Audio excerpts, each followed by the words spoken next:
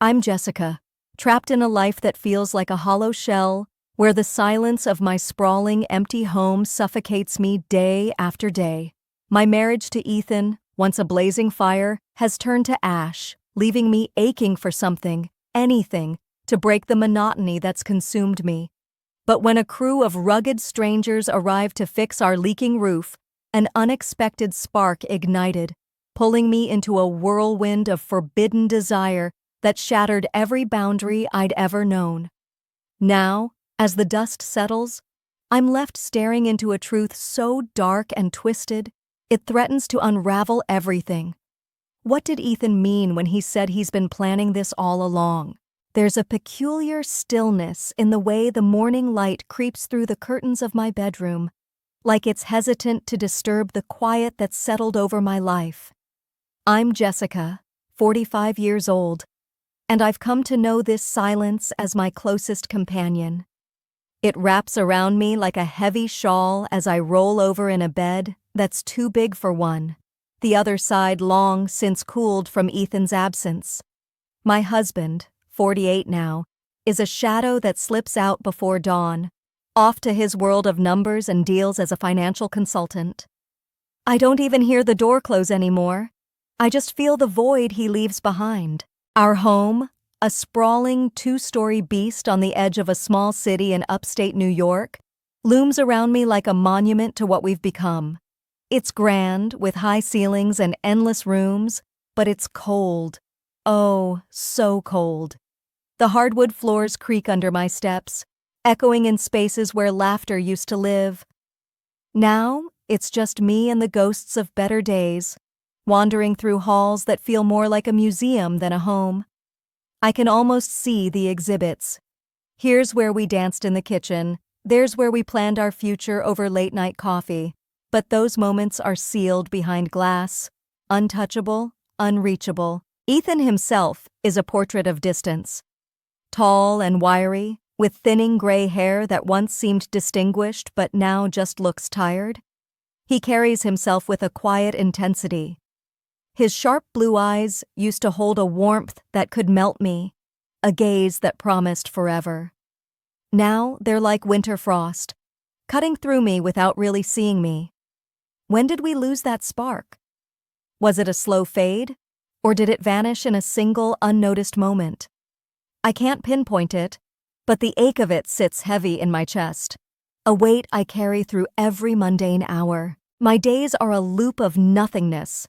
I wake to that empty bed, the sheets still holding the faint indent of where Ethan slept, if he even did. I shuffle downstairs, brew coffee that I drink alone, and stare out the window at the rolling hills beyond our property. They're beautiful, those hills, all soft curves and endless green, but they mock me with their freedom. I tend to the garden for hours, my hands in the dirt, pulling weeds as if I could uproot the stagnation in my soul. Petunias and roses bloom under my care, vibrant and alive. Everything I'm not. By evening, if Ethan's home, we share a dinner that's more ritual than connection. The clink of forks on plates is the only conversation we have, each bite swallowed with unspoken words. I look at him across the table, searching for the man I married, but he's buried under years of silence. I think about our early years often, like flipping through an old photo album in my mind. I see our wedding day, me in a lace gown, him grinning like he'd won the world.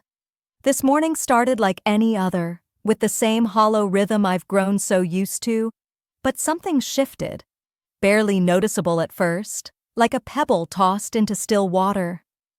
I was sitting at the kitchen table sipping my tea, the steam curling up in lazy wisps, when Ethan rushed through, his tie half knotted, a piece of toast in one hand and a mug of black coffee in the other. He barely looked at me as he muttered something about the roof leaking after the heavy rains we've had lately.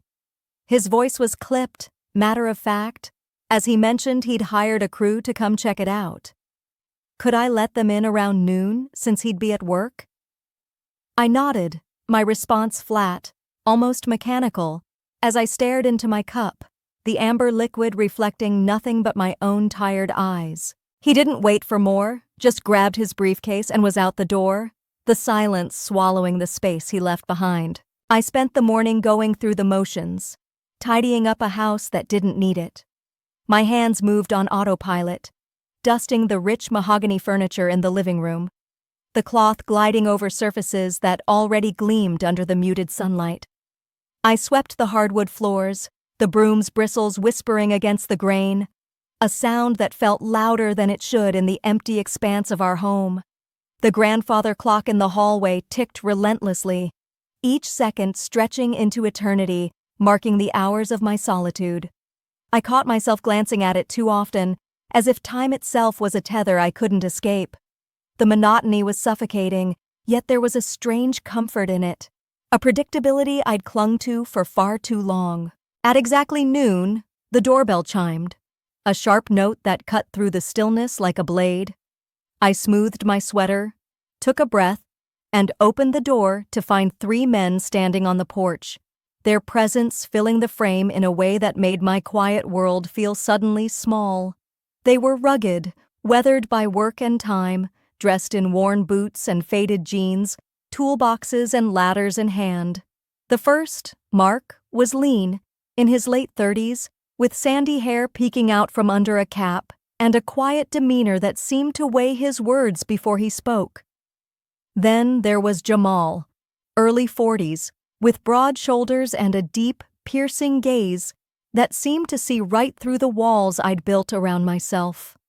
Lastly, Carlos, stocky and also in his late 30s, offered a reserved smile, his thick accent softening the edges of his few words. I introduced myself, my voice steadier than I felt, and pointed them toward the attic access, their heavy footsteps reverberating through the house as they climbed the stairs. Each thud echoed in my chest, a reminder of how long it's been since I've had anyone but Ethan cross this threshold.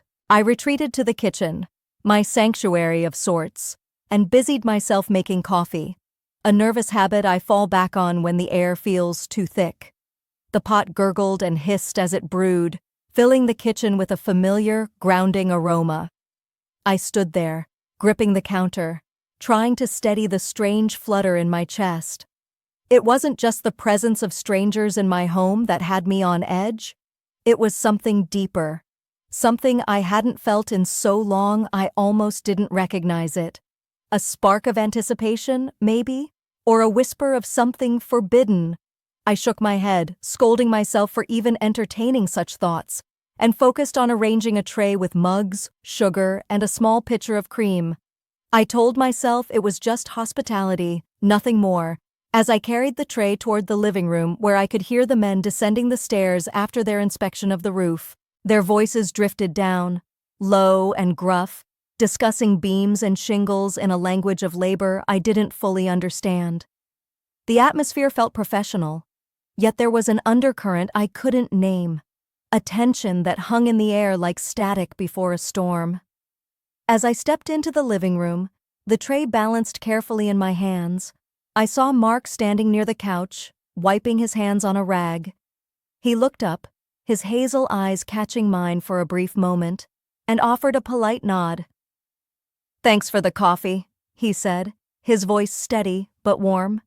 I managed a small smile, murmuring a quiet, "You're welcome," as I turned to set the tray down on the coffee table. But as I bent forward, I felt him step closer, too close. My breath hitched when his fingers brushed against a strand of my auburn hair that had slipped loose from my ponytail.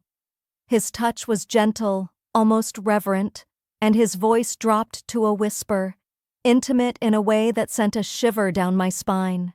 "Your hair is incredibly soft," he murmured.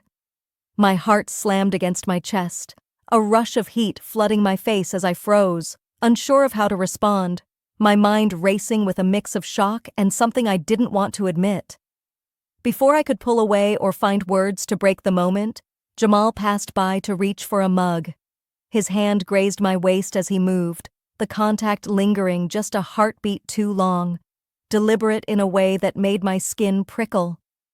I glanced up, meeting his dark, intense eyes, and saw something unreadable there, a depth that pulled at me, stirring a sensation I hadn't felt in years of marriage. My breath deepened, each inhale feeling heavier, as if the air itself was charged with unspoken possibilities. From the corner of my eye, I noticed Carlos watching from the far side of the room, leaning against the wall with his arms crossed. His expression was a mask, unreadable, but his silence felt heavy, like he was measuring every second of this strange, electric exchange. I should have stepped back. I should have laughed it off, made some excuse, and retreated to the safety of my kitchen. But something inside me snapped. A dam I'd built over years of numbness and routine crumbled in an instant. A whirlwind of impulse and suppressed longing surged through me, drowning out the voice of reason. I made a choice I never thought I would. I betrayed Ethan. It happened so quickly, almost frantically, right there in the living room on the cold hardwood floor, surrounded by the clutter of their tools and drop cloths. The world narrowed to the heat of the moment, the roughness of calloused hands against my skin, the urgency that consumed us like a wildfire. It was a collision of need and recklessness, a dance of forbidden thrill that seared itself into my memory. Every touch, every whispered breath, felt like a reclaiming of something I'd lost long ago, a part of myself I'd buried under layers of silence and duty. I won't shy away from the truth. Not now. Not here. I liked it. I reveled in the chaos of it, in the way it shattered the monotony that had caged me for so long. There was no room for regret in those stolen moments, only a raw, unfiltered hunger that I let myself feel without shame.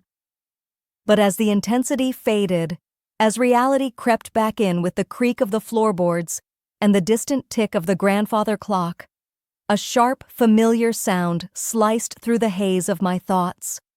A cough, dry and deliberate, one I've heard 1,000 times over shared meals and quiet evenings that now feel like a lifetime ago. My heart seized in my chest, a cold dread washing over me as I turned toward the source. There, halfway down the staircase, stood Ethan, his tall frame silhouetted against the dim light seeping through the window. His face was a mask, unreadable in the shadows, but what caught my eye and sent a jolt of panic through me was the small digital camera in his hand. The tiny red light blinked steadily, a silent accusation that pinned me in place.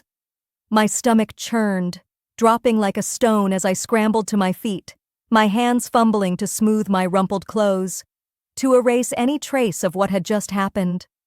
Behind me, Mark, Jamal, and Carlos shifted away, their boots scuffing against the hardwood floor.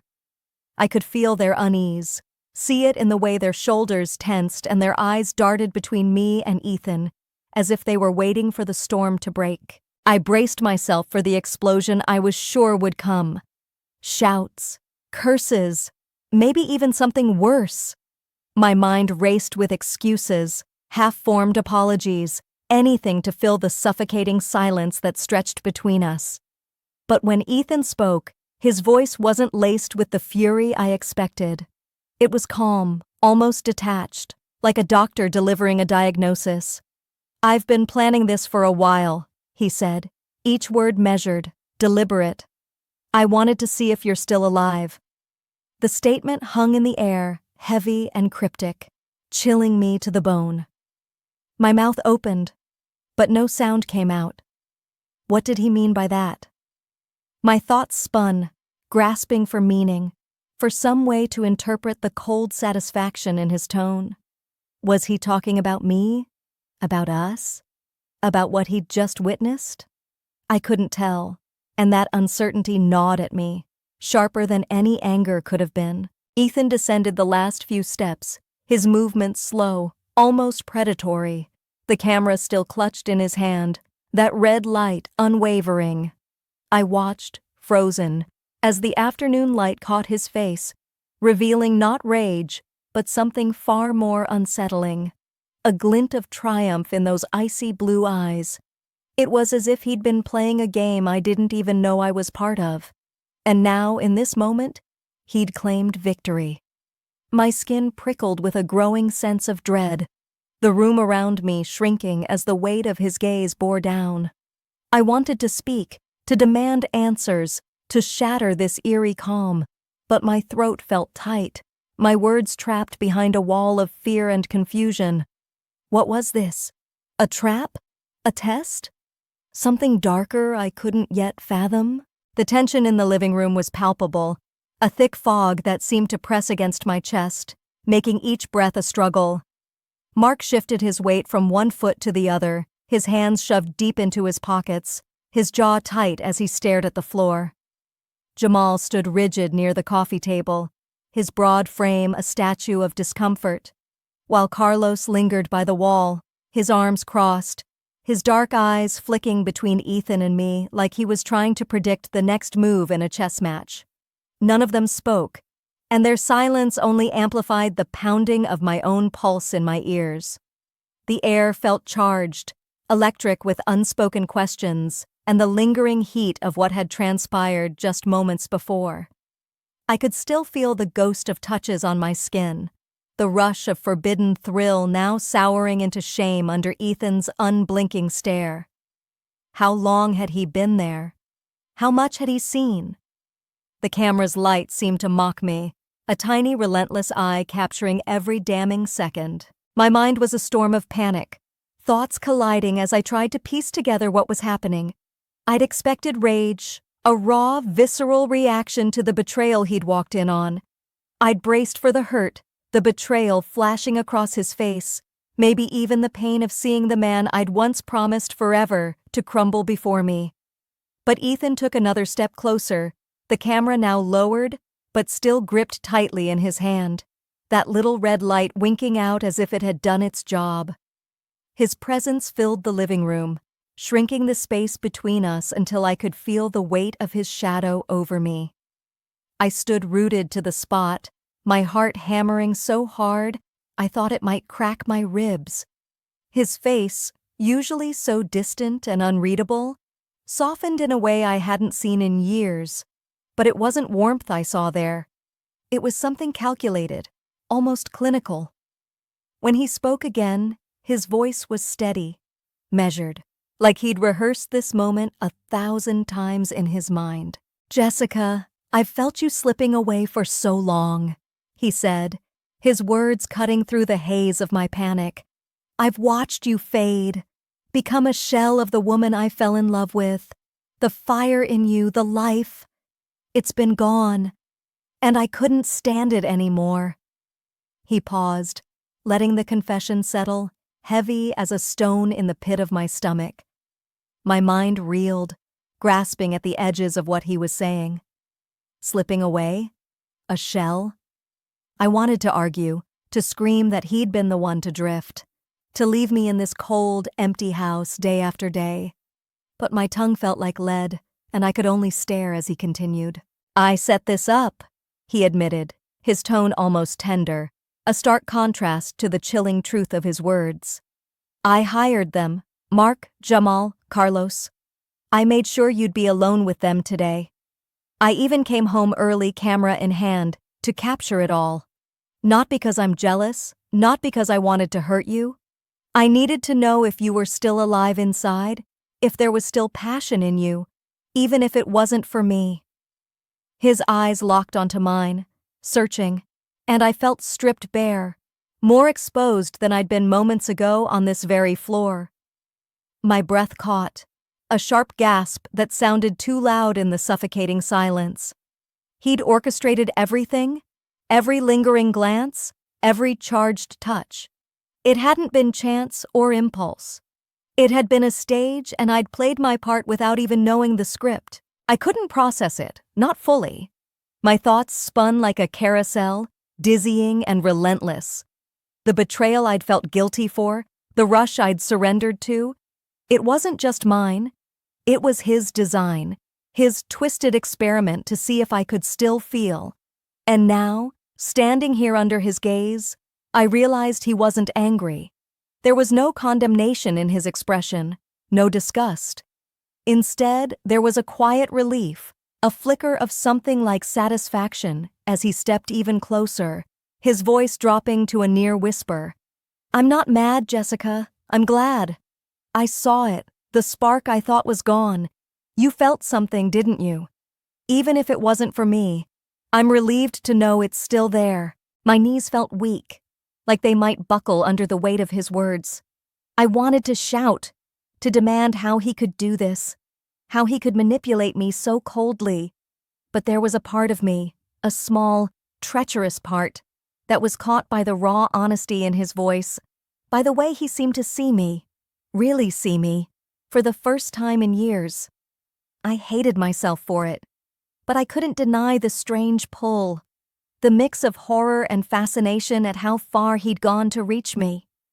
My hands trembled at my sides, and I clenched them into fists, trying to anchor myself against the storm of emotions crashing through me. From the corner of my eye, I saw Mark, Jamal, and Carlos exchange uneasy glances.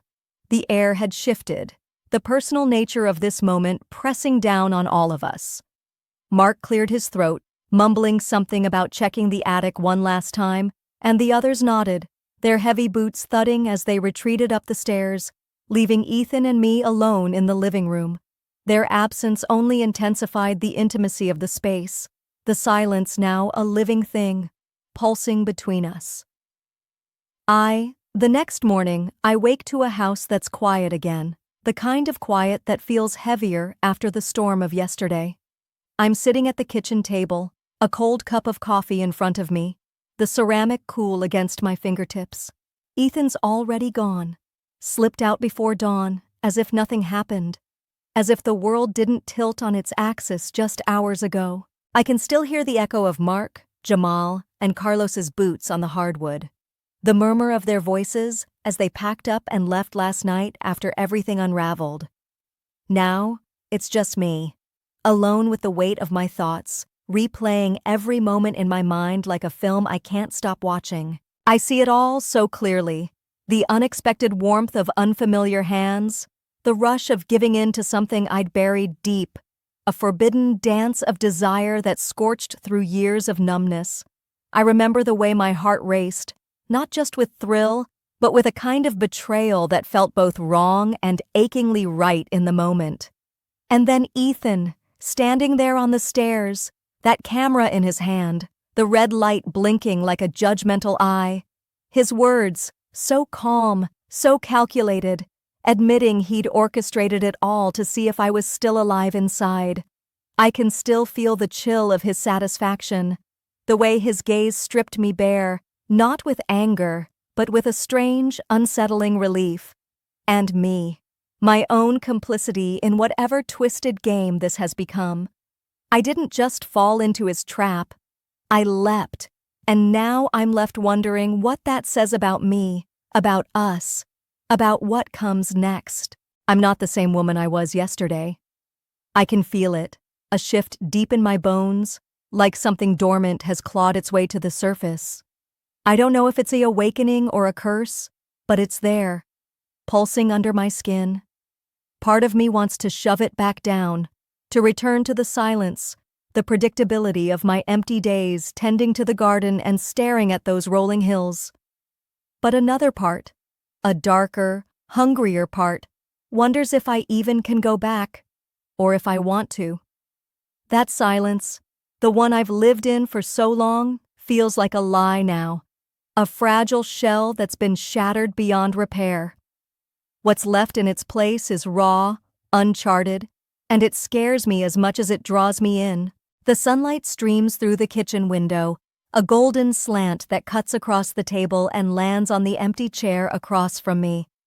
It's Ethan's chair, though he's rarely in it anymore, and today that emptiness feels like a symbol of the void in our marriage, one that's been ripped wide open in a way I can't ignore. We've been drifting for years, ships passing in the fog, but yesterday changed everything. It wasn't just a crack in the foundation, it was a demolition. His confession, the way he'd planned every detail to test me, to see if I could still feel, it's exposed a chasm between us, one filled with secrets and manipulations I never saw coming. That chair, bathed in light, seems to mock me with its stillness, A reminder of how little I truly know the man I've shared my life with. I take a sip of the cold coffee, the bitterness sharp on my tongue, and my mind drifts to something Ethan said before he left last night. After the others were gone, after the air had settled into an uneasy hush, he looked at me with those icy blue eyes and murmured, almost casually, that maybe we should consider a new crew sometime. The words were vague, tossed out like a stray thought, but they landed heavy, sinking into me like stones. A new crew. More strangers? More tests? More of whatever yesterday was? I can't tell if the idea horrifies me or intrigues me, and that uncertainty gnaws at my insides. Am I repulsed by the thought of stepping further into this strange, dark territory he's opened up? Or am I drawn to it, tempted by the rush of feeling alive again, no matter the cost? I don't have an answer. And don't forget to subscribe, like, and comment if you enjoyed this story. This will help us create more engaging stories for you.